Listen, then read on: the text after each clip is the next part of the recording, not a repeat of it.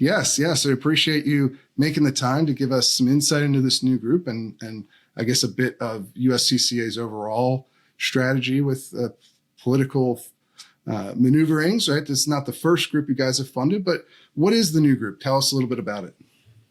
Absolutely. So the USCCA for Saving Lives Action Fund is a new 501c4 organization that we have launched.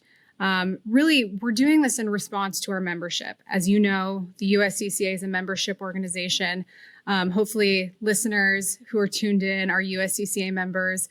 We have over 800,000 folks across the country nationwide who are members. And what we heard from them is really this desire, need for us to get a little bit more involved in the political advocacy space, help them, really equip them with the tools, the education, and the resources necessary to get involved in the political process.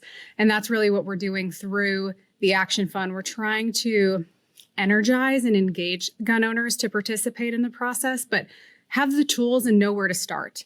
I think a lot of folks look at our current political environment with sort of dismay, with frustration, and they don't know where to begin. They don't know where to start. And what the Action Fund wants to do and provide are, again, those sort of concrete steps that individuals can take in their local communities at the state level and at the federal level to influence the political process, to influence policymakers, and ultimately with the goal of promoting and safeguarding the Second Amendment for generations to come.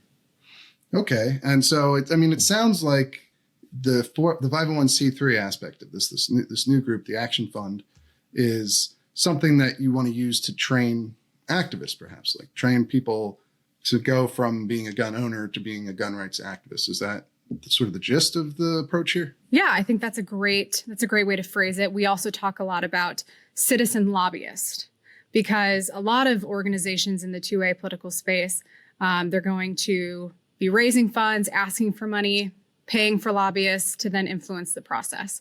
And while I think that's one strategy, that's one approach, it's an important piece of the puzzle, it's not everything.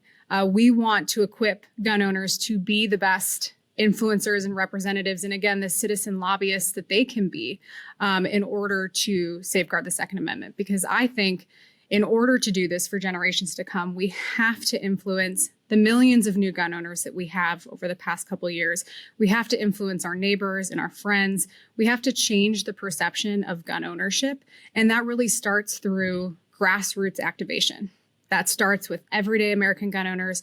That starts with USCCA members, and really providing them with the scripts and the tools and the education necessary to do that, to be a voice, to participate in the process. Okay. And so what are a few of the specific things you have planned for this particular group, this Action Fund?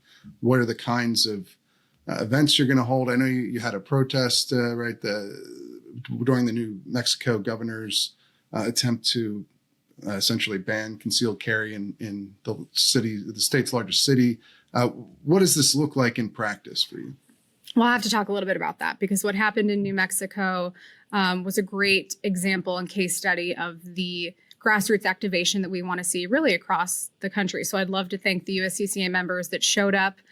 We had over 150 people really show up to like a rally press conference. We brought together state legislators, local law enforcement. We partnered with one of our official partners, Caliber Shooting Range in New Mexico, to host the event.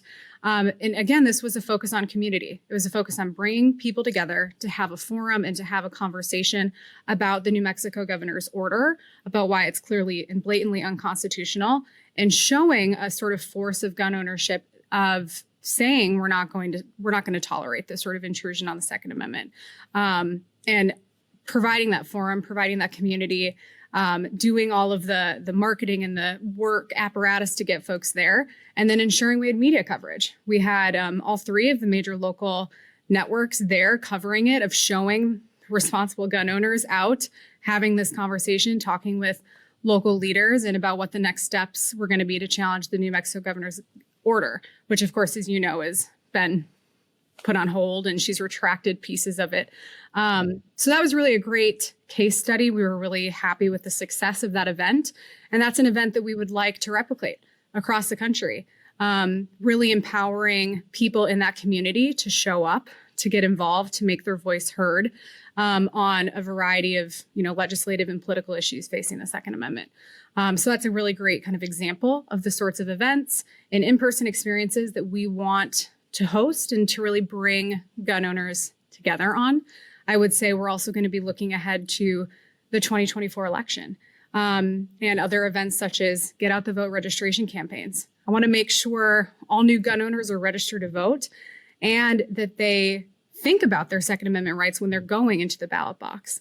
If you've bought a firearm over the past couple of years to protect yourself, to protect your family, then make sure you use your vote, your voice, to ensure that that right is protected, because there are plenty of politicians and lawmakers who don't believe you should have that fundamental right to self-defense, that don't believe you should be able to own a firearm.